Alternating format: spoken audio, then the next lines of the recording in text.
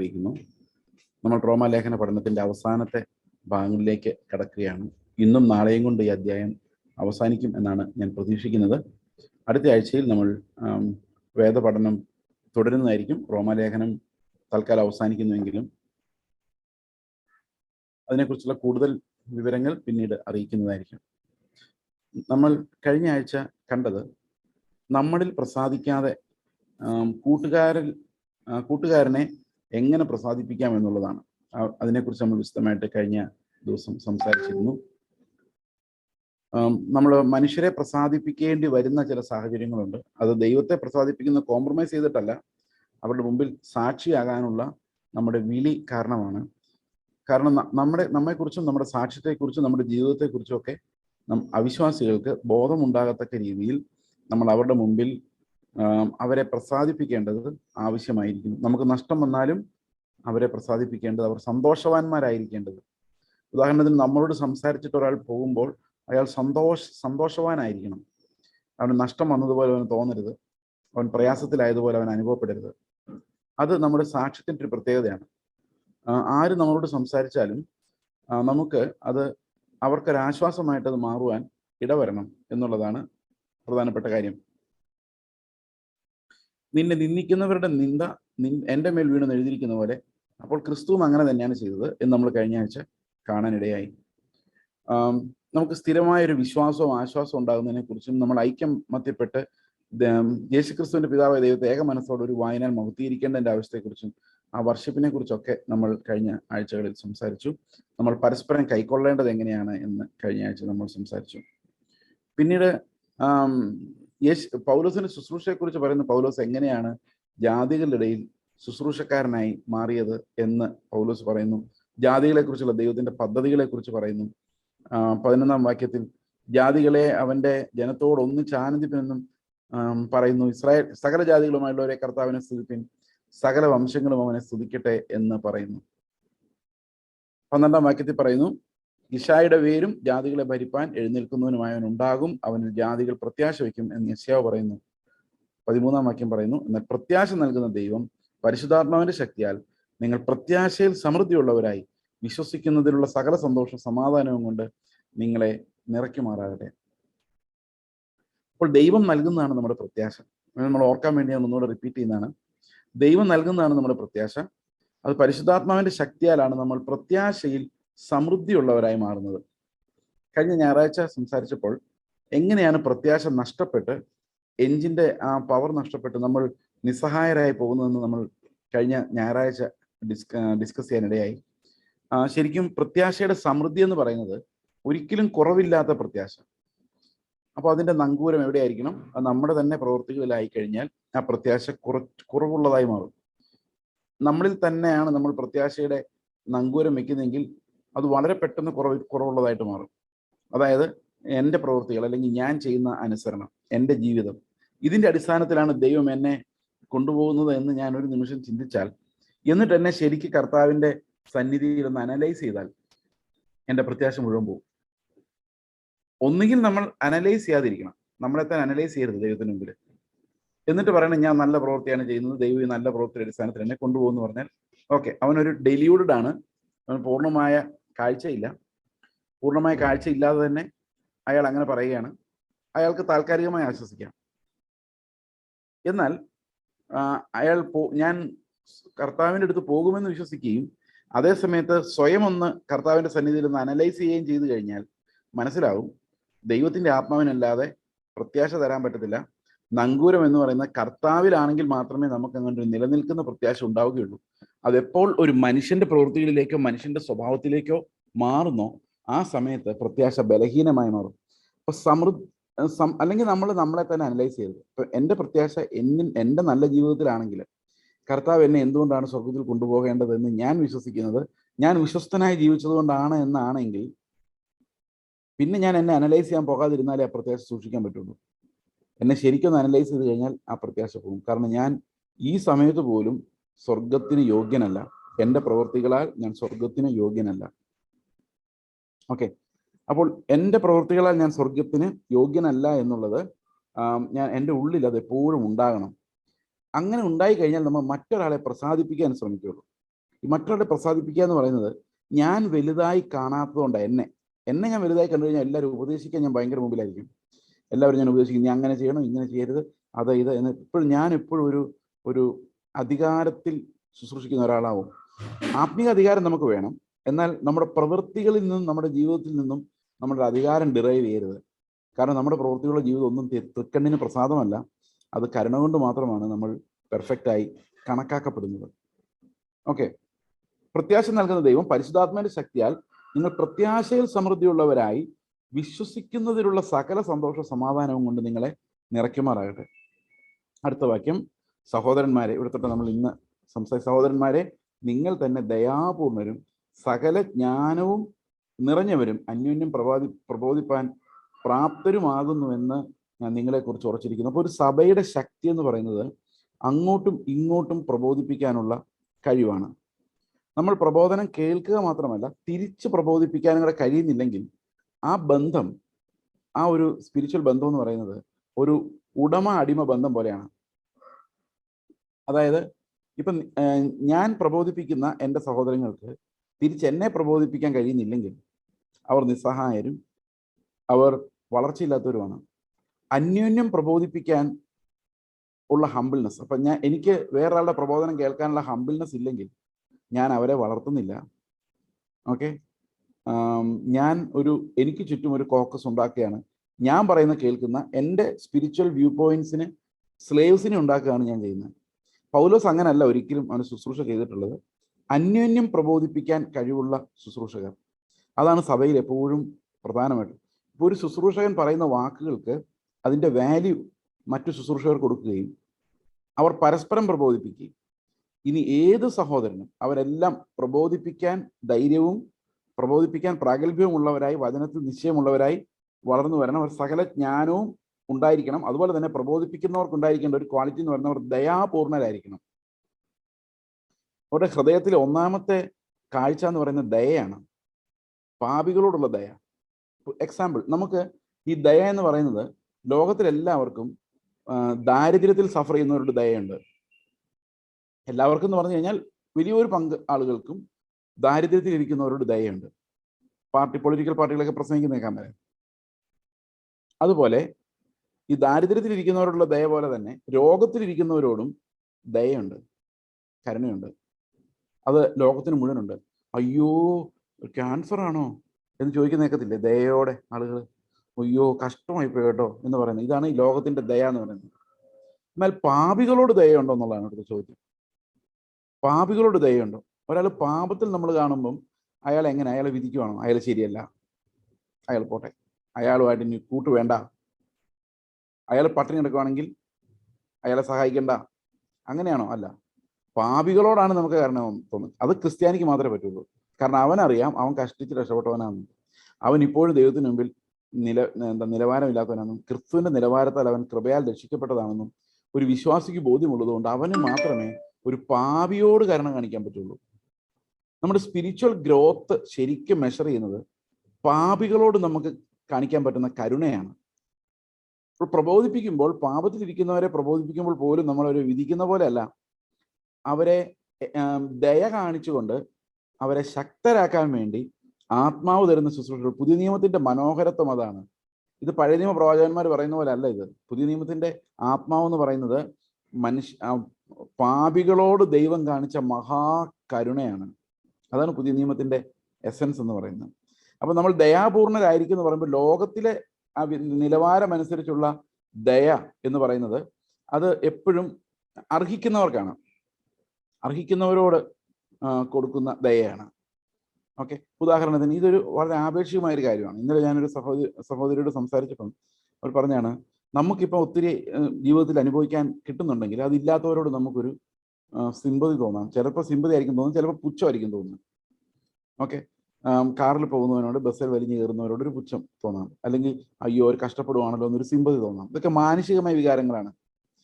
എന്നാൽ ദൈവികമായ വികാരം എങ്ങനെയാണ്? ഒരു മനുഷ്യൻ പാപത്തിൽ കിടക്കുകയാണ്, അവന് ബോധ്യപ്പെടുന്നില്ല, പരിജ്ഞാനം ഉണ്ടാകുന്നില്ല. അപ്പൊ എനിക്ക് കർത്താവിന് എന്നോട് തോന്നിയ എരിവ് എനിക്ക് അയാളോട് തോന്നുകയാണ്. അപ്പൊ ഞാൻ എന്താ ചെയ്യുന്നത്? അയാളെ പാപത്തിൽ നിന്ന് രക്ഷിക്കാൻ വേണ്ടി ഇറങ്ങി. കർത്താവ് എന്തിനാ ഇറങ്ങിച്ചെന്നേ?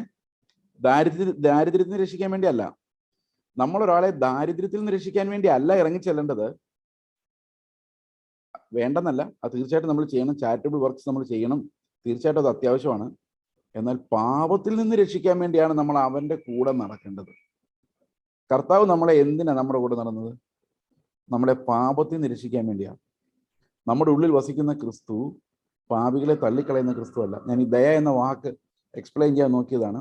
യേശു ക്രിസ്തു എങ്ങനെ ദയാപൂർണ്ണമായിരുന്നു, നമ്മളോട് എങ്ങനെയാണോ അവൻ ദയ കാണിച്ചത്, അതേ ദയയാണ് നമ്മൾ പാപികളോടും കാണിക്കേണ്ടത്. അപ്പോൾ അവരെ വിധിക്കുന്ന ആ മനോഭാവം, അവർ ശരിയല്ല എന്നുള്ളൊരു മനോഭാവം നമ്മുടെ തന്നെ സ്വയനീതിയുടെ ഭാഗമാണ്. And while we say that someone is bad or not up to my mark, ഞാൻ പറയുന്നത് ഞാൻ ഇതൊക്കെ തികഞ്ഞ ആളാണ്, എനിക്ക് അങ്ങനത്തെ പ്രോബ്ലം ഒന്നുമില്ല, അയാൾ പ്രോബ്ലമാണ് എന്ന് പറയുന്നതെല്ലാം പ്രശ്നമാണ്. അന്യോന്യം പ്രബോധിപ്പാൻ തക്കവണ്ണം ജ്ഞാനവും ദയയും ഒന്നിച്ചു പോവുക എന്ന് പറയുന്നത് ആത്മാവിന് മാത്രം സാധിക്കുന്ന ഒരു കാര്യമാണ്. ഓക്കെ, നിങ്ങളെക്കുറിച്ച് ഉറച്ചിരിക്കുന്നു. അപ്പോൾ ഒരു സഭയുടെ ശക്തി എന്ന് പറയുന്നത് പരസ്പരം പ്രബോധിപ്പിക്കാൻ ശക്തിയുള്ള സഹോദരങ്ങളാണ്. പരസ്പരം പ്രബോധിപ്പിക്കാൻ ശക്തിയുള്ള സഹോദരങ്ങൾ. ഓക്കെ, അപ്പോൾ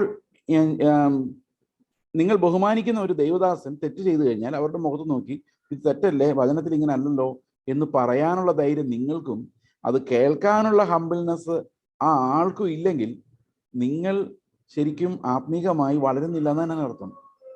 ഇതെല്ലാം ദയയോടും ജ്ഞാനത്തോടും കൂടി ചെയ്യണം എന്നുള്ളത് വേറൊരു കാര്യം. ഓക്കെ, അപ്പോൾ ഈ ശുശ്രൂഷയുടെ പ്രത്യേകത, പുതിയ നിയമത്തിന്റെ ശുശ്രൂഷയുടെ പ്രത്യേകത എന്ന് പറയുന്നത് നമ്മൾ ഉപദേശിക്കുന്ന ഓരോ ഉപദേശവും ആത്മാവിന്റെ സൗമ്യതയിലാണ് എന്നുള്ളതാണ്. 15-ാം വാക്യം, എങ്കിലും ജാതികൾ എന്ന വഴിപാട് പരിശുദ്ധാത്മാവിന് വിശദീകരിക്കപ്പെട്ട് പ്രസാദകരമായി തീരുവാൻ ഞാൻ ദൈവത്തിന്റെ സുവിശേഷ ഘോഷണം പുരോഹിതനായി അനുഷ്ഠിച്ചുകൊണ്ട് ജാതികളിൽ ക്രിസ്തു യേശുവിന്റെ ശുശ്രൂഷനായിരിക്കുന്നു. അപ്പൊ ചില ആൾക്കാര് ഈ പൗരോഹിത്യം, പുതിയ നിയമ പൗരോഹിത്യത്തെ കുറിച്ച് കാണാൻ വേണ്ടി പ്രസംഗിക്കാൻ വേണ്ടി, പറയാൻ വേണ്ടി ഈ പൗലോസ് തന്നെത്താൻ ഒരു പുരോഹിതനായിട്ട് പറഞ്ഞിട്ടുണ്ട്. ഇപ്പൊ പത്രോസൊക്കെ ഇവർ പുരോഹിതന്മാരായിരുന്നു എന്ന് ചില ആളുകൾ പറയാറുണ്ട്. എന്നാൽ ശരിക്കും പൗലോസ് അവിടെ പറയുന്ന പൗരോഹിത്യം, പുരോഹിതൻ, വഴിപാട് അർപ്പിക്കുന്നവനാണ് പുരോഹിതൻ. എന്താണ് പൗലോസ് അർപ്പിക്കുന്ന വഴിപാട്? പൗലോസ് അർപ്പിക്കുന്ന വഴിപാട് കുർബാനയല്ല. പൗലോസ് അർപ്പിക്കുന്ന വഴിപാട് എന്താണ്? ജാതികളാണ്. അവിടെ പറഞ്ഞിരിക്കുന്ന ജാതികൾ എന്ന വഴിപാട്. ദൈവത്തിന് മുൻപിൽ ജാതികൾ എന്ന വഴിപാട് അർപ്പിക്കുവാൻ, അതായത് അവരോട് സുവിശേഷം പറയുവാൻ, അവരെ വീണ്ടെടുത്ത് കർത്താവിന്റെ സന്നിധിയിൽ കൊണ്ടു ചെല്ലുവാൻ, ആ വഴിപാട് അർപ്പിക്കുവാൻ തെരഞ്ഞെടുക്കപ്പെട്ട ഒരു പുരോഹിതൻ എന്നുള്ള രീതിയിലാണ് പൗലോസ് ആ താരതമ്യം നടത്തുന്നത്. അതിനർത്ഥം കുർബാന നടത്തുന്ന ഒരു പുരോഹിതനാണെന്നല്ല, സുവിശേഷം പറഞ്ഞ് ആളുകളെ ദൈവത്തിന് വഴിപാടായി സമർപ്പിക്കുന്ന ഈവാഞ്ചലിസ്റ്റ് ആയിട്ടും മിഷണറി ആയിട്ടുമാണ് പൗലോസ് ആ പൗരോഹിത്യം എന്ന വാക്ക് ഉപയോഗിച്ചിരിക്കുന്നത്. It is not about a cultic presentation of a sacrifice. എങ്കിലും ജാതികൾ എന്ന വഴിപാട്, ഓക്കെ, എങ്കിലും ജാതികൾ എന്ന വഴിപാട് പരിശുദ്ധാത്മാവിനാൽ വിശുദ്ധീകരിക്കപ്പെട്ട് പ്രസാദകരമായി തീരുവാൻ. അപ്പൊ ഈ ജാതികൾ എന്ന വഴിപാട് ദൈവത്തിന് അർപ്പിക്കുമ്പോൾ എന്ത് സംഭവിക്കണം? അത് പരിശുദ്ധാത്മാവിനാൽ വിശുദ്ധീകരിക്കപ്പെടണം. വിശുദ്ധമല്ലാത്തതൊന്നും ദൈവത്തിന് പ്രസാദകരമല്ലാത്തത് കൊണ്ട് നമ്മുടെ വിശുദ്ധീകരണം എന്ന് പറയുന്നത് ആത്മാവിനാൽ നടക്കുന്നതായതുകൊണ്ട് ഓരോ ശുശ്രൂഷകനും ഉത്സാഹിക്കുന്നത് ആത്മാവിൽ ശുശ്രൂഷിച്ച് കർത്താവിന്റെ സന്നിധിയിൽ അർപ്പിക്കപ്പെടുന്ന ഓരോ വഴിപാടും വിശുദ്ധമാവുക എന്നുള്ളതാണ്. അതായത് നമ്മൾ കർത്താവിന് അർപ്പിക്കപ്പെടുന്ന വഴിപാടാണ്. ഈ വഴിപാട് വിശുദ്ധമാക്കപ്പെടണമെങ്കിൽ ആത്മാവിനാൽ മാത്രമേ സാധിക്കുകയുള്ളൂ. അതിന്റെ ശുശ്രൂഷകരായിട്ടാണ് പൗലോസ് സ്വയം കാണുന്നത്. അപ്പോൾ സഭയിലെ ഓരോരുത്തരെയും വിശുദ്ധീകരിക്കാൻ, സുവിശേഷം കേട്ടിട്ടില്ലാത്തവരടുത്ത് നിന്ന് ജാതികളുടെ ഇടയിലെ ദൈവത്തിന് അവരെ ദാനമായി അർപ്പിക്കുവാൻ, അവരുടെ വിശുദ്ധീകരണത്തിനായി അധ്വാനിക്കുവാനാണ് പൗലോസ് ഒരു പുരോഹിതൻ എന്ന് സ്വയം വിളിക്കുന്നത്. അപ്പോൾ പൗലോസ് അർപ്പിക്കുന്ന വഴിപാട് എന്താണ്? അത് ജാതികളാണ്. അപ്പോൾ ദൈവത്തിന് പ്രസാദകരമാകണമെങ്കിൽ നമ്മൾ നമ്മുടെ പ്രവൃത്തികളാലുള്ള ഒരു വിശുദ്ധീകരണമല്ല, പരിശുദ്ധാത്മാവിനാലുള്ള വിശുദ്ധീകരണം നമ്മൾ പ്രാപിക്കണം.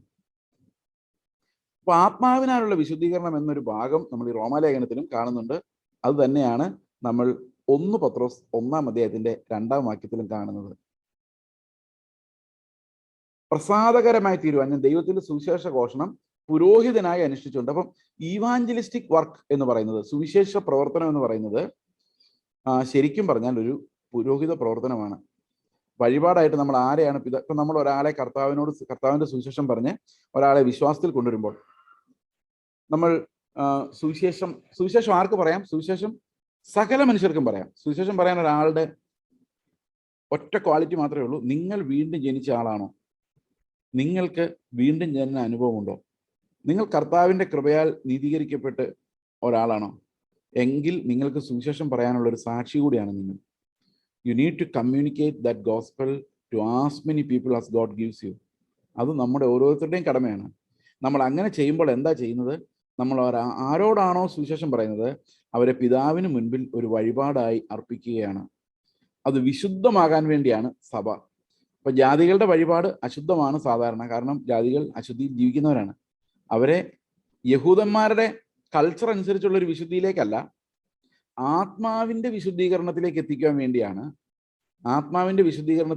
വേണ്ടിയാണ് പൗലോസ് അധ്വാനിക്കുന്നത്. അപ്പൊ നമ്മുടെ എല്ലാം ലൈഫിന്റെ പ്രധാനപ്പെട്ട ലക്ഷ്യം എന്ന് പറയുന്നത് ആത്മാവിന്റെ വിശുദ്ധീകരണം നമ്മൾ പ്രാപിക്കുക എന്നുള്ളതും അനേകരെ കർത്താവിന് മുമ്പിൽ വഴിപാടായി സമർപ്പിക്കുക എന്നുള്ളതുമാണ്. അപ്പൊ നമ്മുടെ ശുശ്രൂഷയുടെ പ്രധാനപ്പെട്ട ഭാഗം. അപ്പൊ ഞാൻ നിങ്ങളോട് പ്രസംഗിക്കുന്നതും നിങ്ങളുടെ അടുത്ത് ഒരാൾ സുവിശേഷവുമായിട്ട് വരുന്നതും നിങ്ങൾ ആരോടെങ്കിലും സുവിശേഷം പറയുന്നതും പ്രബോധിപ്പിക്കുന്നതിന്റെ എല്ലാ ഉദ്ദേശം എന്താണ്? ഇത് കേൾക്കുന്നവരിൽ ആത്മാവിന്റെ വിശുദ്ധീകരണം ഉണ്ടായി അവരൊരു പെർഫെക്റ്റ് വഴിപാടായി കർത്താവിന് മുമ്പിൽ അർപ്പിക്കപ്പെടുക എന്നുള്ളതാണ്. 16-ാം വാക്യം പറയുന്നു, ദൈവം എനിക്ക് നൽകിയ കൃപ നിമിത്തം നിങ്ങളെ ഓർമ്മപ്പെടുത്തും വണ്ണം ഞാൻ ചിലയിടത്ത് അതിധൈര്യമായി നിങ്ങൾക്ക് എഴുതിയിരിക്കുന്നു. ക്രിസ്തു യേശുവിൽ എനിക്ക് ദൈവസംബന്ധമായി പ്രശംസയുണ്ട്. ക്രിസ്തു ഞാൻ മുഖാന്തരം ജാതികളുടെ അനുസരണത്തിനായിട്ട് വചനത്താലും പ്രവൃത്തിയാലും അടയാളങ്ങളുടെയും അത്ഭുതങ്ങളുടെയും ശക്തി കൊണ്ടും പരിശുദ്ധാത്മാവിന്റെ ശക്തി കൊണ്ടും പ്രവർത്തിച്ചതല്ലാതെ മറ്റൊന്നും മിണ്ടുവാൻ ഞാൻ തുനിയുകയില്ല. അപ്പോൾ ശരിക്കും അപ്പോസ്തലിക് മിനിസ്ട്രിയുടെ ഒരു പ്രത്യേകത എന്തായിരുന്നു? കർത്താവ് പൗലോസിനെ ജാതികളുടെ ഇടയിൽ അപ്പോസ്തലനായി വിടുമ്പോൾ കർത്താവ് പൗലോസിന്റെ കൂടെ ഇരുന്നു. പൗലോസിനെ വചനം പറയാൻ അധികാരം നൽകി, ശക്തിപ്പെടുത്തി. അത്ഭുതങ്ങളും അടയാളങ്ങളും പൗലോസിന്റെ കയ്യാൽ നടന്നു. അതുകൊണ്ടാണ് ഞാൻ വിശ്വസിക്കുന്നത് എല്ലാ ഈവാഞ്ചലിസ്റ്റിക് ശുശ്രൂഷകളുടെ കൂടെയും അത്ഭുതങ്ങളും അടയാളങ്ങളും ഉണ്ടാവും. ഒരു ഈവാഞ്ചലിസ്റ്റായി ഒരു സുവിശേഷം പറയാൻ വേണ്ടി നിങ്ങൾ കർത്താവിനെ കുറിച്ച് കേട്ടിട്ടില്ലാത്തവരുടെ അടുത്തേക്ക് ചെല്ലുകയാണെങ്കിൽ നിങ്ങൾ ഉറച്ചു വിശ്വസിക്കുക, ദൈവം വിശ്വസിക്കുന്നവരാൽ ഈ അത്ഭുതങ്ങളെ ചെയ്യും. കാരണം ദൈവം ആരെന്ന് അവർക്ക് വെളിപ്പെടുത്തുവാൻ അപ്പോസ്തലനെ കർത്താവ് ഉപയോഗിച്ചത് ഈ അത്ഭുതങ്ങളുടെ അടയാളങ്ങളോടെയുമാണ്. ജാതികളുടെ അത് വൻതോതിൽ നടക്കുമായിരുന്നു. ഇവിടെ പറയുന്നത് ക്രിസ്തു ഞാൻ മുഖാന്തരം ജാതികളുടെ അനുസരണത്തിനായിട്ട് വചനത്താലും പ്രവൃത്തിയാലും. അപ്പൊ വചനത്തോടുകൂടി എന്തും കൂടെ വേണം? ജീവിതത്തിന്റെ സാക്ഷ്യവും കൂടെ വേണം. പ്രവൃത്തിയാലും അടയാളങ്ങളാലും അത്ഭുതങ്ങളാലും ശക്തി കൊണ്ടും അടയാളങ്ങളുടെയും അത്ഭുതങ്ങളുടെയും ശക്തി കൊണ്ടും പരിശുദ്ധാത്മാവിന്റെ ശക്തി കൊണ്ടും പ്രവർത്തിച്ചതല്ലാതെ. അപ്പൊ കർത്താവ് എങ്ങനെയാ പ്രവർത്തിച്ചത്? കർത്താവ് അവിടെ പ്രവർത്തിച്ചത് രണ്ട് കാര്യങ്ങളിലൂടെയാണ്. ഒന്ന്, എക്സ്റ്റേണലി, ഒരു മനുഷ്യന്റെ വെളിയിൽ. ഇപ്പൊ ഞാൻ സുവിശേഷം കേൾക്കുകയാണെങ്കിൽ, പൗലോസ് എൻ്റെ മുമ്പിൽ നിന്ന് സുവിശേഷം പറയുകയാണെങ്കിൽ കർത്താവ് എന്നിൽ എങ്ങനെയാ പ്രവർത്തിക്കുന്നത്? ഒന്ന്, എക്സ്റ്റേണലി എങ്ങനെ പ്രവർത്തിക്കുന്നത്?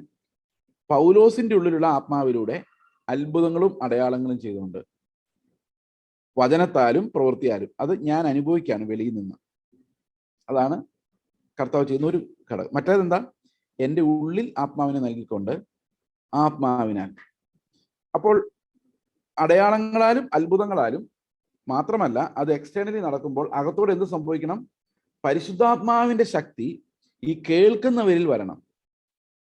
ഞാൻ പറയുന്നത് മനസ്സിലാവുന്നുണ്ടോ? അപ്പം ദൈവത്തിന്റെ പ്രവൃത്തി എന്ന് പറയുന്നത് ഇപ്പം ഞാൻ അനുഭവിക്കാമെന്ന് വിചാരിച്ചോ, ഞാനിത് രണ്ട് രീതിയിലാണ് അനുഭവിക്കുന്നത്. ഒന്ന്, എക്സ്റ്റേണലി അടയാളങ്ങളാലും അത്ഭുതങ്ങളാലും വചനത്താലും പ്രവൃത്തിയാലും എന്നിലേക്ക് അത് വരുമ്പോൾ എന്ത് സംഭവിക്കുന്നു? ദൈവത്തിന്റെ ആത്മാവിന്റെ ശക്തി എനിക്ക് ലഭിക്കുകയും ആ ശക്തിയിൽ ഞാൻ വീണ്ടും ജനിക്കുകയും വിശുദ്ധീകരിക്കപ്പെട്ട ഒരു യാഗമായി ദൈവത്തിന്റെ സന്നിധിയിൽ അർപ്പിക്കപ്പെടുകയും ചെയ്യുന്നു.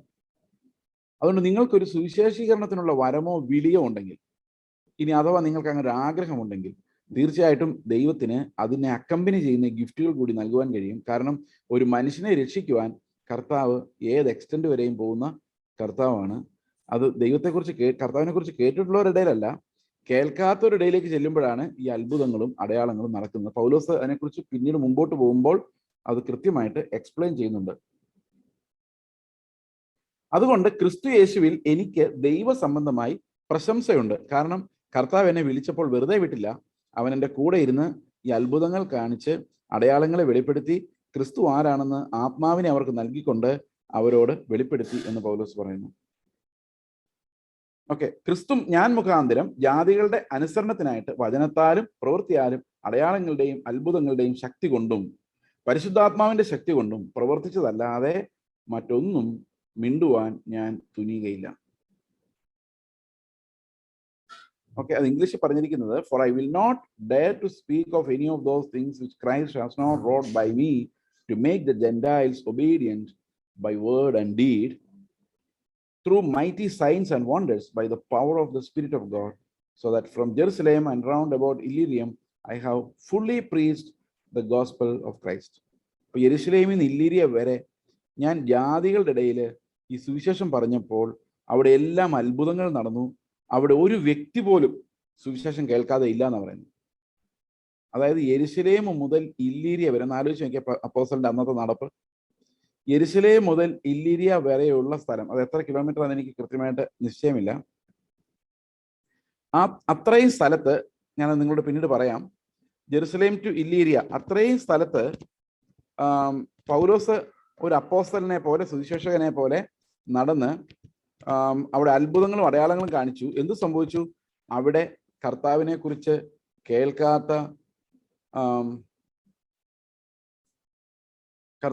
കേൾക്കാത്ത ആരുമില്ലാത്ത ഒരവസ്ഥയിലേക്ക് എത്തി.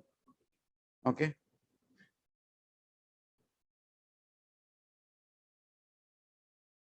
എൻ്റെ ഓർമ്മ ശരിയാണെങ്കിൽ ഇത് വളരെ വലിയൊരു ദൂരമാണ്. ഐ ഡോണ്ട് റിമെമ്പർ എക്സാക്ട്ലി, പക്ഷെ വളരെ വലിയൊരു ദൂരത്തെക്കുറിച്ചാണ് പറയുന്നത്. അങ്ങനെ ഞാൻ യെരുശലേം മുതൽ ഇല്ലൂരിയ ദേശത്തോളം ചുറ്റി സഞ്ചരിച്ച് 2000 മേൽ കിലോമീറ്റർ ഉണ്ടെന്നാണ് എൻ്റെ ഒരു estimate. I don't remember exactly. എൻ്റെ മെമ്മറിയുടെ കാര്യം അറിയാലോ, ഈ ബൈബിൾ വാക്യങ്ങളല്ലാതെ ഇതിന് വെളിയിലുള്ള പശ്ചാത്തലങ്ങളൊന്നും എനിക്ക് കാര്യമായ ഓർമ്മയില്ല. എൻ്റെ ഓർമ്മ ശരിയാണെങ്കിൽ 1000 മേൽ കിലോമീറ്റർ ദൂരമുണ്ട്. അപ്പൊ അത്രയും സ്ഥലത്തൂടെ ഈ അത്ഭുതങ്ങൾ ചെയ്ത് സഞ്ചരിക്കണമെങ്കിൽ എന്ത് സഞ്ചാരമായിരുന്നതല്ലേ. ശരിക്കും പറഞ്ഞു കഴിഞ്ഞാൽ പൗലോസിന്റെ അധ്വാനം എന്ന് പറഞ്ഞാൽ എന്നെ അത്ഭുതപ്പെടുത്തിയിട്ടുള്ള ഒരു കാര്യമാണ്. ശരിക്കും ഇന്നത്തെ കാലത്ത് ഒരു മനുഷ്യൻ അങ്ങനെ നടക്കാൻ പറ്റില്ല,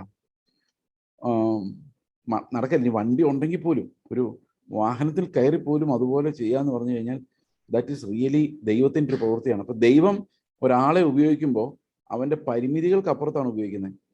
ഒരു മനുഷ്യൻ എന്ത് സാധിക്കുമോ അതിനപ്പുറത്തേക്കാണ് ദൈവം ഉപയോഗിക്കുന്നത്. അപ്പൊ അതിന് ദൈവത്തിന്റെ ആ പ്രവൃത്തി എന്ന് പറയുന്നത്, ശരിക്കും പൗലോസിന്റെ ലൈഫ് കാണുമ്പോഴല്ല, ഞാൻ ഈ അപ്പോസ്തല പ്രവൃത്തികൾ കഴിഞ്ഞ ദിവസം വായിക്കായിരുന്നു, പൗലോസിന്റെ പ്രവൃത്തികൾ കാണുമ്പോൾ ശരിക്കും നമുക്ക് അത്ഭുതം തോന്നും. ദൈവം എങ്ങനെയാണ് ആ മനുഷ്യനെ അങ്ങനെ ആക്കിയത്? കർത്താവിനല്ലാതെ വേറെ ഒന്നിനെ കുറിച്ചും ആലോചിക്കാതെ 24 hours ആ സുവിശേഷത്തിൽ ഫോക്കസ്ഡ് ആയിട്ട്, ആരുണ്ട് ഇനി കേൾക്കാത്തതെന്ന് ചോദിച്ചുകൊണ്ട് ഒരാളിങ്ങനെ നടക്കുകയാണ്. അത് കിലോമീറ്ററുകൾ, ആയിരക്കണക്കിന് കിലോമീറ്ററുകൾ ഇങ്ങനെ, ഇനി ആരുണ്ട് കർത്താവിനെ കുറിച്ച് കേൾക്കാൻ എന്ന് ചോദിച്ചുകൊണ്ട് വീടുകൾ മുട്ടി വിളിച്ച്, തെരുവുകളിൽ സംസാരിച്ച്, അത്ഭുതങ്ങൾ അടയാളങ്ങളും കാണിച്ച്, ഇവിടെ ആരെങ്കിലും വിളിച്ചാൽ പോകാം എന്നുള്ള അവസ്ഥയിൽ പോലും എത്താൻ പറ്റുന്നില്ലാത്ത ഒരു സാഹചര്യത്തിലാണ് നമ്മളുള്ളത്. ഒരാളെ അന്വേഷിച്ച് ഒരാൾ ഇങ്ങോട്ട് സുവിശേഷം കേൾക്കാൻ തയ്യാറാന്ന് പറഞ്ഞാൽ പോലും ആരുടെ അടുത്ത് ചെല്ലാൻ സമയം കിട്ടുന്നില്ല. അപ്പോൾ പൗലോസിന്റെ നടപ്പെന്ന് പറയുന്നത് ശരിക്കും ഒരു മിറക്കിൾ തന്നെയാണ്. കർത്താവ് അന്ത്യകാലത്ത് അങ്ങനെ അനേകം സഹോദരങ്ങളെ എഴുന്നേൽപ്പിക്കട്ടെ എന്ന് നമുക്ക് പ്രാർത്ഥിക്കാം. കാരണം ആ ഒരു 2000 മൈൽ അടുത്തുണ്ടത്, 3000 കിലോമീറ്റർ എടുത്തു. അപ്പൊ ഇത് എങ്ങനെ സഞ്ചരിച്ചു, എങ്ങനെ എത്തി? ഏതായാലും ഇവിടെയൊക്കെ പൗലോസ് എത്തിയിട്ടുണ്ട്. അപ്പൊ ഇത് കുതിരപ്പുറത്തും ഇങ്ങനെയൊക്കെയുള്ള തേരും രഥമൊക്കെ ഉപയോഗിച്ച് കാണും, പല മാർഗങ്ങൾ ഉപയോഗിച്ച് കാണുമായിരിക്കും, അല്ലെങ്കിൽ ബോട്ട് അല്ലെങ്കിൽ കപ്പൽ വഴി ആയിരിക്കാം. എനിവേ വലിയ ദൂരം ഈ കർത്താവിനെ കുറിച്ച് കേൾക്കാത്ത, അവിടെ പൂർണ്ണമായിട്ടും അറിയിച്ചെന്നാ പറയുന്നത്. ആ ഏരിയ മൊത്തം പൂർണ്ണമായിട്ടും അറിയിച്ചെന്ന് പറയും. ഇന്നത്തെ പോപ്പുലേഷൻ ഒരുപക്ഷെ ഉണ്ടാവില്ല, പക്ഷെ എങ്കിൽ പോലും that's A huge amount of work. Okay, അപ്പോൾ നമ്മൾ മനസ്സിലാക്കേണ്ട ഒരു പ്രധാനപ്പെട്ട കാര്യം എന്ന് പറയുന്നത്, സുവിശേഷത്തിന്റെ അധ്വാനം എന്ന് പറയുന്നത് ചുമ്മാ ഒരു നമുക്ക് ഫ്രീ ഉള്ളപ്പം വെറുതെ പോയി ചെയ്യുന്ന ഒരു അധ്വാനം പോലെ അല്ല ഇത് ശരിക്കും ഒരാൾ അത് മാത്രം ശ്വസിക്കുക, അത് മാത്രം ചിന്തിക്കുക, അത് മാത്രം ചെയ്യുക. രാവിലെ എഴുന്നേറ്റ രാത്രി വരെ ഈ ഒരൊറ്റ ആലോചനയിലേക്ക് പോവുകയാണ്. അതാണ് കോളിംഗ് എന്ന് പറയുന്നത്. ഈ കോളിങ്ങിൻ്റെ ഒരു പ്രത്യേകതയാണത്. കോളിംഗ് ഉള്ളവര് അവരുടെ പ്രവൃത്തികളിലെല്ലാം ഡിഫറൻസ് ഉണ്ട്. അത് ഒരു സഭയ്ക്ക് ഐഡന്റിഫൈ ചെയ്യാൻ പറ്റണം ഈ കോളിങ്. ആ കോളിംഗ് എന്ന് പറയുന്ന ചർച്ച് ഐഡന്റിഫൈ ചെയ്യുമ്പോഴാണ് അതിന് അതോറിറ്റി ഉണ്ട്. പൗലോസിനെ സഭയാണ് പ്രാർത്ഥിച്ച് നിയോഗിച്ചു വിടുന്നത്, ദൈവമാണ്. എങ്കിൽ പോലും ഒരു സഭയ്ക്ക് ആ വിളിയുള്ളവരെ കണ്ടെത്താനുള്ള ഒരു കണ്ണ് സഭയ്ക്ക് ഉണ്ടാകണം. അതും വളരെ പ്രധാനപ്പെട്ട ഒരു കാര്യമാണ്. അങ്ങനെ ഞാൻ യെരുശലേം മുതൽ ഇല്യൂരിയ ദേശത്തോളം ചുറ്റി സഞ്ചരിച്ച് കർത്താവിന്റെ സുവിശേഷ ഘോഷണം പൂരിപ്പിച്ചിരിക്കുന്നു.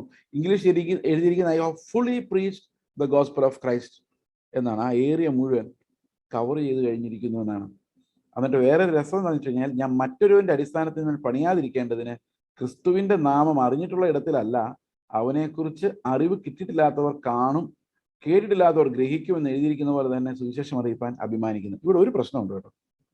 ഒരു പ്രശ്നം എന്ന് പറഞ്ഞാൽ, നിങ്ങളെല്ലാവരും, മിക്കവാറും ആൾക്കാർ, എല്ലാവരും അല്ല, ഒരു വലിയ പെർസെന്റ് ആൾക്കാർ ഓൾറെഡി സുവിശേഷം കേട്ടിട്ടുള്ളവരായിരുന്നു. അപ്പോൾ നമ്മൾ കണ്ടുമുട്ടുന്നതിന് മുമ്പ് തന്നെ ഒരു രീതിയിൽ അല്ലെങ്കിൽ വേറൊരു രീതിയിൽ സുവിശേഷം കേട്ടിട്ടുള്ളവരായിരുന്നു. പൗലോസിന്റെ പ്രവൃത്തികൾ മുഴുവൻ സുവിശേഷത്തെക്കുറിച്ച് കേട്ടിട്ടില്ലാത്തവരുടെ ഇടയിലേക്കായിരുന്നു. എന്നും പൂർണ്ണമായിട്ടും പറയാൻ പറ്റില്ല. പൗലോസ് കൊരിന്ത് സഭയോട് സംസാരിച്ചിട്ടുണ്ട്, റോമയിലെ സഭയോട് സംസാരിച്ചിട്ടുണ്ട്, എല്ലാ സഭകളിലും ശുശ്രൂഷിച്ചിട്ടുണ്ട്. പക്ഷെ അതേ സമയത്ത് പൗലോസിന്റെ ഫോക്കസ് എന്ന് പറയുന്നത് ചർച്ച് പ്ലാന്റിങ്, അത് ഒരിക്കലും കർത്താവിനെ കുറിച്ച് കേട്ടിട്ടില്ലാത്തവരുടെ ഇടയിലേക്കുള്ള ഒരു യാത്രയാണ് പൗലോസ് അവിടെ കാണുന്നത്. പക്ഷെ ഇന്നത്തെ ഒരു സാഹചര്യം ഞാൻ ചിന്തിക്കാം കേട്ടോ, ഞാൻ ചിന്തിക്കുന്നത് ബൈബിളിൽ നിന്ന് ഡിറൈവ് ചെയ്തതല്ല, എൻ്റെ ചിന്തയാണ്. ഇന്ന് സുവിശേഷം പലരും കേട്ടിട്ടുണ്ട് എന്ന് പറയുമ്പോഴും ഒരു കാര്യം, ശരിക്കും ആരും ഈ സുവിശേഷം കേട്ടിട്ടില്ല എന്നുള്ളതാണ്. ഞാൻ ഈ കഴിഞ്ഞ ദിവസം 1-2 പാസ്റ്റേഴ്സിനോട് സംസാരിച്ചപ്പോഴാണ് മനസ്സിലായത്, അവർക്കും ഇതിനെക്കുറിച്ച് വലിയ ഗ്രാഹ്യമൊന്നുമില്ല. ഏതിനെക്കുറിച്ചാണ്? എസെൻഷ്യൽ ഡോക്ട്രിൻസിനെ കുറിച്ച്. അല്ല, ഈ പ്രസംഗത്തെക്കുറിച്ചല്ല ഞാൻ പറയുന്നത്, പരിജ്ഞാനത്തെക്കുറിച്ചല്ല, എസെൻഷ്യൽ ഡോക്ട്രിൻസിനെ കുറിച്ച് ഒരു അറിവുമില്ല. അപ്പോൾ ശരിക്കും പറഞ്ഞാൽ ക്രിസ്തുവിനെ ഹൃദയത്തിൽ സ്വീകരിക്കാത്ത വലിയൊരു കൂട്ടം ജനം, ഞാൻ അത്ഭുതപ്പെട്ടു പോയി. ഈ 1-2 കോൺവെർസേഷൻ, അത് ബേസിക് എലമെന്ററി ആയിട്ടുള്ള വിശ്വാസത്തിന്റെ വിഷയങ്ങൾ പോലും അറിയുന്നില്ല. അപ്പൊ ശരിക്കും ഒരു ഭയങ്കരമായ അജ്ഞതയും അവിശ്വാസവും നമ്മുടെ സമൂഹങ്ങളിൽ വ്യാപരിച്ചിട്ടുള്ളത് കൊണ്ട്, ഞാൻ ഈ കഴിഞ്ഞ ദിവസം IPCയുടെ ചർച്ചില്, എനിക്കൊന്ന് മുംബൈയിലെ ചർച്ചിലാണ് എവിടെയോ ഞാൻ സംസാരിച്ചപ്പോൾ ഞാനിങ്ങനെ പറഞ്ഞു, ഞാൻ രക്ഷയെക്കുറിച്ച് നിങ്ങളോട് പറയാതിരിക്കാൻ എനിക്ക് എൻ്റെ മേൽ നിർബന്ധം പറയാൻ കിടക്കുന്നു. അതിൻ്റെ കാരണം, ഇന്ന് ഇത് നിങ്ങളിൽ പലർക്കും ഇത് പുതിയൊരു ടീച്ചിങ് ആയിരിക്കും, ഈ വീണ്ടും ജനനത്തെക്കുറിച്ചുള്ള ടീച്ചിങ് എന്ന് എനിക്ക് ബോധ്യമുള്ളത് കൊണ്ടാണ് എന്ന് പറഞ്ഞ് ഞാൻ രക്ഷയെക്കുറിച്ചാണ് സംസാരിച്ചത്. അത് പറയാതിരിക്കാൻ പറ്റുന്നില്ല. കാരണം ഇത്രയും ഓപ്പൺ ആയിട്ടുള്ളൊരു ജനം, ഇപ്പൊ നമ്മുടെ ഇടയിലുള്ള പെന്തക്കോസ്റ്റൽ ചർച്ചസ് സുവിശേഷം കേൾക്കാൻ ഇത്രയും ഓപ്പണാണ്. പക്ഷെ അവർ വലിയൊരു പങ്കിനും, എല്ലാവർക്കും അല്ല, വലിയൊരു പങ്കിനും ഈ വീണ്ടും ജനിക്കുന്നത് എങ്ങനെയാണെന്ന് അറിയില്ല, പുത്രത്വം എന്താണെന്ന് അറിയില്ല, വാഗ്ദത്തങ്ങളെ കുറിച്ച് പരിചയമില്ല, നിശ്ചയമില്ല. അപ്പൊ ശരിക്കും കർത്താവിനെ അറിയില്ലാത്തൊരു ജനം നമ്മുടെ ഇടയിൽ തന്നെ അറിയും എന്ന് വിചാരിച്ച് ജീവിക്കുന്നുണ്ട്. ഒരു ഫോൾസ് പ്രിറ്റൻഷൻ, അതായത് ഒരു പ്രിറ്റൻഷൻ എന്ന് പറയാൻ പറ്റില്ല, ഒരു ഡിസെപ്ഷന്റെ കീഴിൽ ജീവിക്കുന്ന അനേകം വിശ്വാസികൾ പല സഭകളിലായിട്ട് പോകുന്നുണ്ട്. അപ്പൊ അവരോടും നമുക്കൊരു ബേർഡൻ ഉണ്ട്. കാരണം ആ ബേർഡൻ എന്ന് പറയുന്നത്, ഇത്രയും ഓപ്പൺ ആയിട്ട് ബൈബിൾ എടുത്തുകൊണ്ട് നടക്കുന്ന ആളുകൾക്ക് ഇത് ഗ്രഹിക്കാൻ കഴിയുന്നില്ലെങ്കിൽ അവരെ ഗ്രഹിപ്പിക്കാനുള്ള കടമ കൂടെ നമുക്കുണ്ട് എന്ന് ഞാൻ വിശ്വസിക്കുന്നു.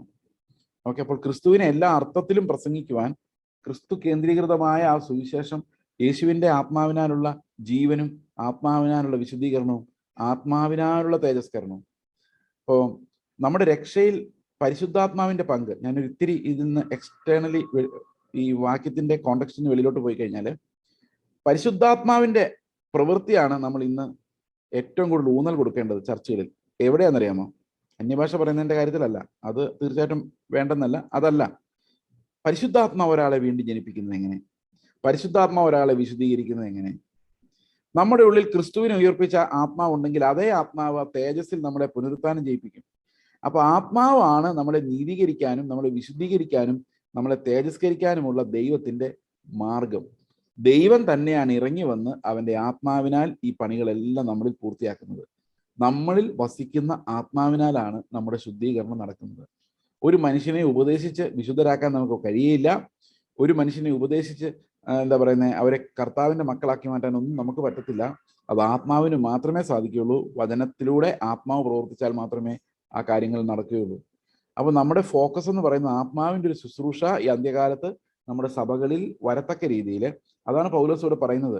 ആ യാഗം വിശുദ്ധീകരിക്കപ്പെടേണ്ടതിന്, നമ്മൾ അർപ്പിക്കുന്ന യാഗം വിശുദ്ധീകരിക്കപ്പെടേണ്ടതിന് ആ പൗരോഹിത്യം ശുശ്രൂഷ ഫലപ്രദമായി ജാതികളെ കർത്താവിന് മുമ്പിൽ പ്രസന്റ് ചെയ്യുന്ന ആ പൗരോഹിത്യ ശുശ്രൂഷ ഫലപ്രദമായി ചെയ്യുവാൻ ദൈവം നമ്മളെ സഹായിക്കുമാറാകട്ടെ. ഓക്കെ, 22-ാം വാക്യം. അതുകൊണ്ട് ഞാൻ തന്നെ നിങ്ങളുടെ അടുക്കൽ വരുന്നതിന് പലപ്പോഴും മുടക്കം വന്നു. അപ്പം റോമ സഭയിലേക്ക് പൗലോസ് ചെല്ലുക എന്നുള്ളത് പൗലോസിന് ഫസ്റ്റ് ഓപ്ഷൻ ആയിരുന്നില്ല. കാരണം ദേ ഓൾറെഡി ന്യൂ ദ ഗോസ്പൽ. അപ്പൊ അതുകൊണ്ട് ഒരു പല പ്രാവശ്യം പോരാൻ ഒരുങ്ങിയെങ്കിലും അതിനേക്കാൾ എമർജൻസി ആയിട്ടുള്ള സുവിശേഷം കേൾക്കാനുള്ള ആളുകൾ മുമ്പിൽ നിന്നത് കൊണ്ട് ഓൾറെഡി കേട്ടവരുടെ അടുത്തേക്ക് പിന്നെയും ചെല്ലാൻ താമസിച്ചു എന്നാ പൗലോസ് പറയുന്നത്. ഇപ്പോഴോ എനിക്ക് ദിക്കുകളിൽ ഇനി സ്ഥിരമില്ലായകയാലും അങ്ങോട്ട് വരുവാൻ അനേക സംവത്സരമായി വാഞ്ച ഉണ്ടാകയാലും സ്ഥലമില്ലായകയാലും അങ്ങോട്ട് വരുവാൻ, ഇപ്പോഴോ എനിക്ക് ദിക്കുകളിൽ ഇനി സ്ഥലമില്ലായകയാലും എന്ന് പറഞ്ഞാൽ ഇനി ഇവിടെ പ്രസംഗിക്കാനൊന്നും സ്ഥലമില്ല. That means it's all finished. അല്ലേ, ഭയങ്കര അത്ഭുതമല്ലേ ഇത്. ഇപ്പൊ എങ്ങനെയാ ഞാൻ സമയം കണ്ടെത്തി വെച്ച് കഴിഞ്ഞാൽ ഇവിടെ ഉള്ള പരിപാടികളെല്ലാം ഞാൻ ഫിനിഷ് ചെയ്തു. എനിക്ക് ഇനി ഇവിടെ പ്രത്യേകിച്ച് പ്രസംഗിക്കാൻ സ്ഥലമില്ല. അതുകൊണ്ട് ഞാൻ എന്ത് ചെയ്യുവാണ്, ഞാൻ നിങ്ങളെ അടുത്തേക്ക് വരികയാണ്. അനേക സംവത്സരമായി നിങ്ങളുടെ അടുത്ത് വരണമെന്ന് എനിക്ക് ആഗ്രഹമുണ്ട്. ഞാൻ സ്പെയിനിലേക്ക് യാത്ര ചെയ്യുമ്പോൾ പോകുന്ന വഴിക്ക് നിങ്ങളെ കാണുവാനും ആദ്യം നിങ്ങളെ കണ്ട് സന്തോഷിച്ച ശേഷം നിങ്ങളാൽ യാത്ര അയക്കപ്പെടുവാനും ആശിക്കുന്നു. അപ്പം ഇനി യൂറോപ്പിലേക്ക് തിരിയാനുള്ള പരിപാടിയാണ്. സ്പെയിനിലേക്ക്, നോർത്തേൺ യൂറോപ്പിലേക്ക് പോകാനുള്ള ഒരു പരിപാടിയിലേക്കാണ് പൗലോസ് നീങ്ങുന്നത്. അപ്പൊ ഇത്രയേ ഏരിയ കവർ ചെയ്ത ഒരാള് ഇനി അടുത്തൊരു ഏരിയ ഓപ്പൺ ചെയ്യാൻ പോവാണ്. അതിന് കവാടമായിട്ട്, ആ ഒരു സുവിശേഷ വേലയ്ക്കുള്ള ഒരു കവാടമായി റോമാ സഭയാൽ അയക്കപ്പെടണമെന്ന്. അപ്പം ഓരോ ശുശ്രൂഷകളും സഭകളാലാണ് അയക്കപ്പെടേണ്ടത് എന്നുള്ളത് ആലോചിച്ച് നോക്കി. Church has to send, commission the evangelist and send them. അപ്പൊ നിങ്ങളാൽ അയക്കപ്പെടണം, ഈ യാത്ര അയക്കപ്പെടണം. നിങ്ങൾ ഞങ്ങളെ പറഞ്ഞു വിടണം, പ്രാർത്ഥിച്ച് പറഞ്ഞു വിടണം. ഓരോ ദേശത്തേക്കും ആ സഭയുടെ പ്രാർത്ഥനയോടെ സഭ നിയോഗിച്ച് അയക്കണം.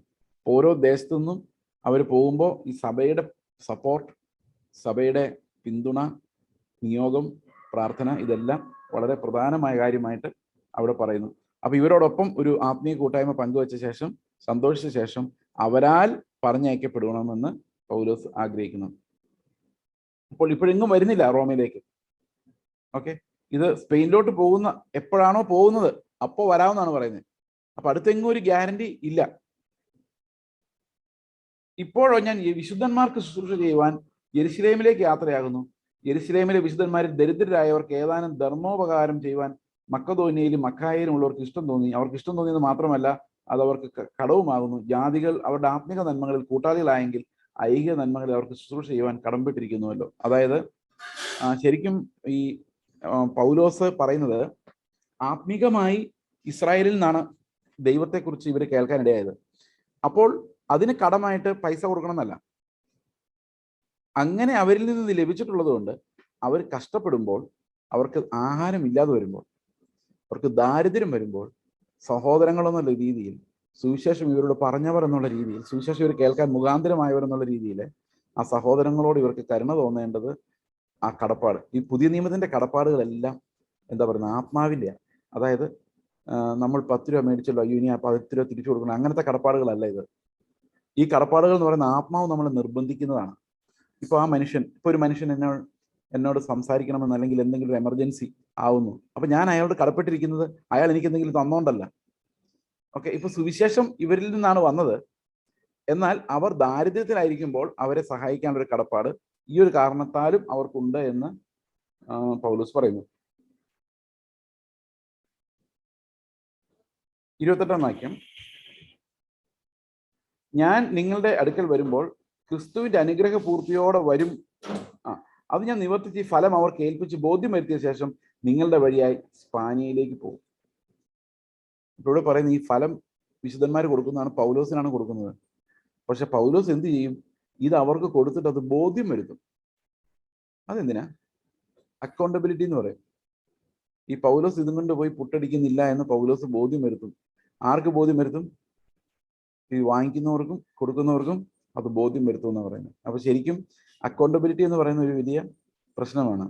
നമ്മൾ ആ അക്കൗണ്ടബിലിറ്റിയുടെ കാര്യത്തിൽ ഒരു ക്ലാരിറ്റി ഉണ്ടാകാൻ വേണ്ടിയാണ് മാക്സിമം കോൺട്രിബ്യൂഷൻസും ഡയറക്റ്റ്ലി ചെയ്യാൻ പറയുന്നത്. എന്ത് കോൺട്രിബ്യൂഷൻസ് ഉണ്ടെങ്കിലും ഡയറക്റ്റ്ലി ചെയ്യാൻ പറയുന്നത് വെച്ച് കഴിഞ്ഞാൽ അതൊരു അക്കൗണ്ടബിലിറ്റിയുടെ ഭാഗമാണ്. അല്ലെങ്കിൽ ഇതിന്റെ പുറകെ ഈ കൊടുക്കുന്ന ആൾക്കാർ ഇടയ്ക്ക് നിൽക്കുന്നവർ നടക്കേണ്ടി വരും, അക്കൗണ്ടും കണക്കും എല്ലാം ഉണ്ടാക്കിയിട്ടുണ്ട്. So if directly things are money is paid to beneficiaries, അത് കുറച്ചുകൂടെ അക്കൗണ്ടബിൾ ആണ്. അത് എത്തുന്നുണ്ട് കൃത്യസമയത്ത് എന്നുള്ളത് പ്രത്യേകിച്ച് പ്രൂവ് ചെയ്യേണ്ട കാര്യമില്ല. ഓക്കെ, അപ്പോൾ ഇവിടെ പൗലോസ് പറയാണ് അന്ന് ഇങ്ങനത്തെ മണി ട്രാൻസ്ഫർ സിസ്റ്റം ഒന്നും ഇല്ല. ഒരാൾ വന്ന് കഷ്ടപ്പെട്ട്, മക്കതോന്യ സഭ എന്ന് പറയുന്നത് നമുക്കറിയാം ഭയങ്കര ദാരിദ്ര്യത്തിലായിരുന്നു. ഈ ഭയങ്കര ദാരിദ്ര്യത്തിലായിരുന്നപ്പോഴും അവര് യെരുശലേമിലെ സഭയുടെ ദാരിദ്ര്യം തീർക്കാൻ വേണ്ടി, അപ്പം ഈ സഹോദരങ്ങളുടെ ആവശ്യങ്ങളിലുള്ള കൂട്ടായ്മ എന്ന് പറയുന്ന ക്രിസ്തീയ ധർമ്മമാണ്. നമ്മുടെ കയ്യിലുള്ളത് കൊണ്ട് ശുശ്രൂഷ ചെയ്യുവാൻ, നമ്മുടെ കയ്യിലുള്ളത് എടുത്തു കൊടുക്കുവാനുള്ള ഒരു കടപ്പാട് നമ്മുടെ ശുശ്രൂഷകൾക്ക് ഉണ്ട് എന്ന് നാം ഓർക്കേണ്ടത് ആവശ്യമാണ്. Okay,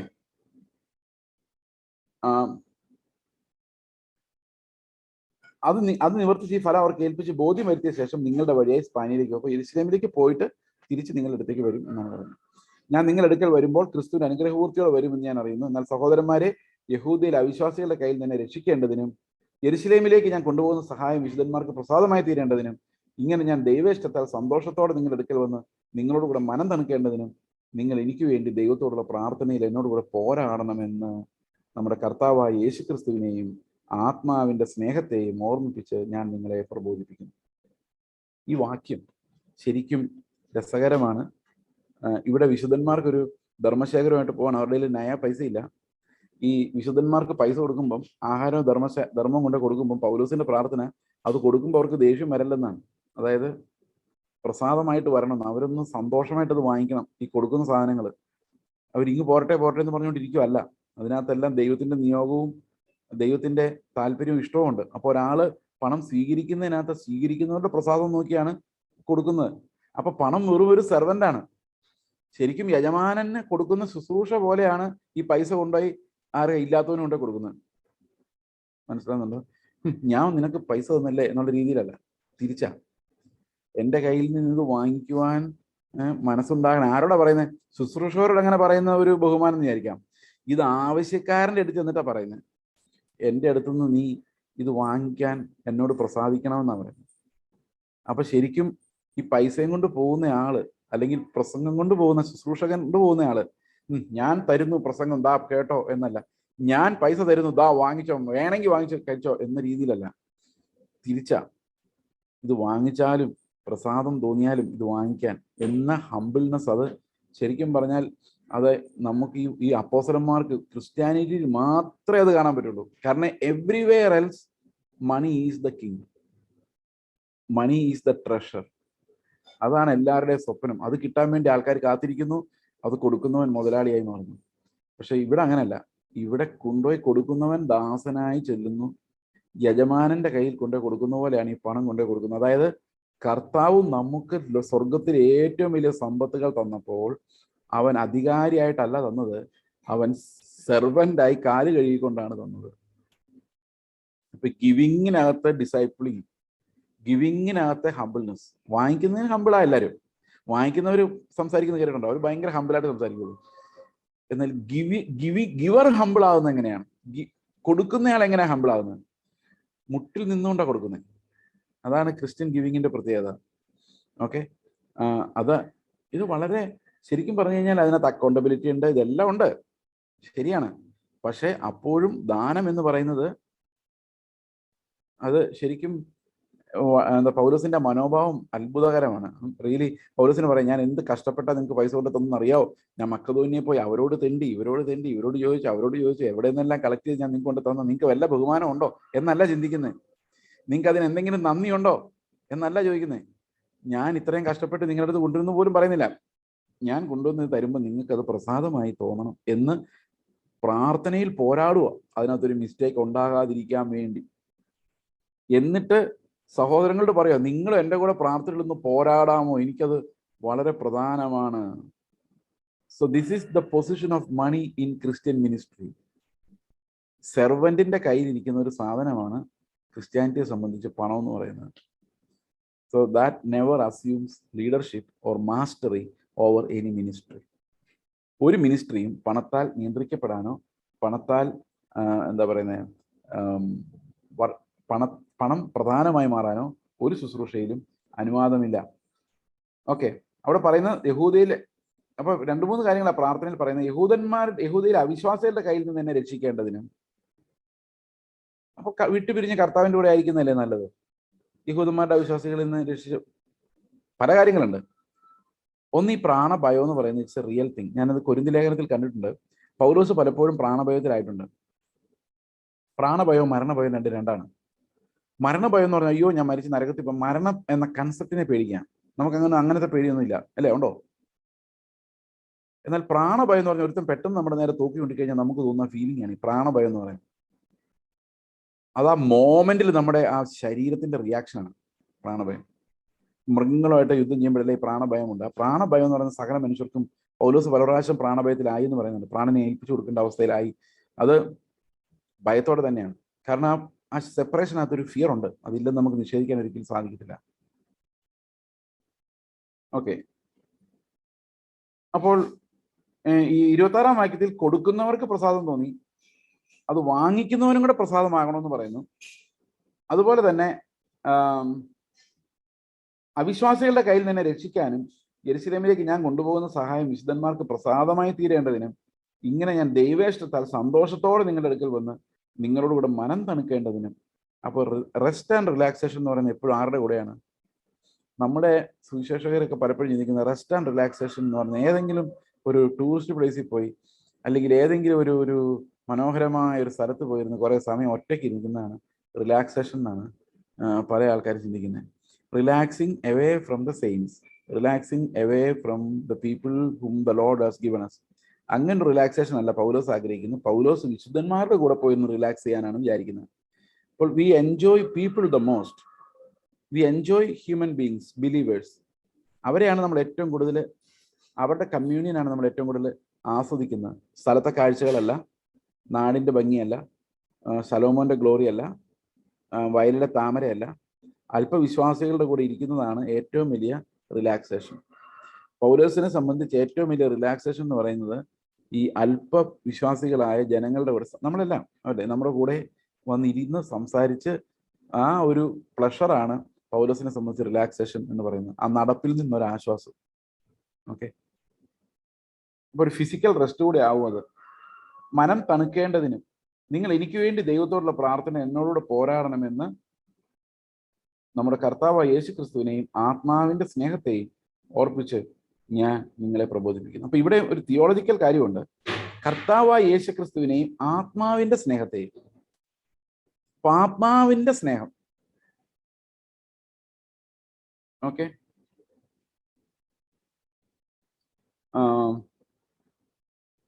love of the spirit എന്നാണ് അത് ഇംഗ്ലീഷിൽ കൊടുത്തിരിക്കുന്നത്. ലവ് ഓഫ് ദ സ്പിരിറ്റ്, ആത്മാവിന്റെ സ്നേഹം. അത് ഗ്രീക്കിൽ അങ്ങനെയാണ് ട്രാൻസ്ലേറ്റ് ചെയ്യപ്പെടുന്നത്, ആത്മാവിന്റെ സ്നേഹം. അപ്പൊ എവിടെ നിന്ന് വരുന്ന സ്നേഹം? ആത്മാവിൽ നിന്ന് വരുന്ന സ്നേഹം.